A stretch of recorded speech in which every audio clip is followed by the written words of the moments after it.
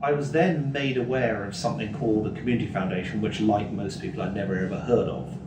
And I got involved in helping to set up the local Community Foundation because there wasn't one in our area, and was asked to be a trustee. And as a result, decided we'd set up a donor-advised fund with them. And that became more and more intriguing for a few reasons.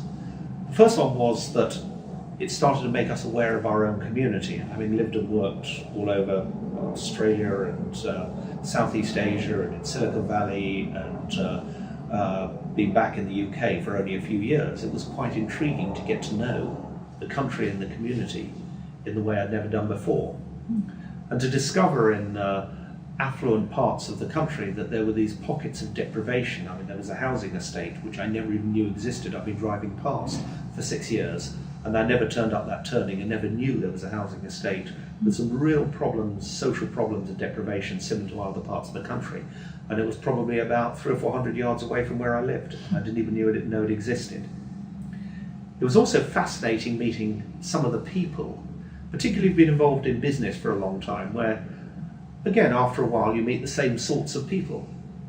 But when you meet the people who dedicate their lives to something like training single mothers to get back into employment and dedicate their lives, often not paid, it's actually quite humbling.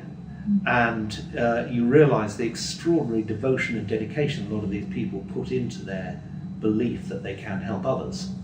And I think also getting involved in the Community Foundation made me aware that there were skills that I could bring to bear and that I could help the Community Foundation because that nobody is a better salesman for a charity than a donor. And if I could actually go out with the Community Foundation and help them to convince other people to get involved in local giving and explain how I had found it interesting and rewarding, and I've been able to identify groups I could give to where I could see the impact on people's lives, then I could be a really big help to them.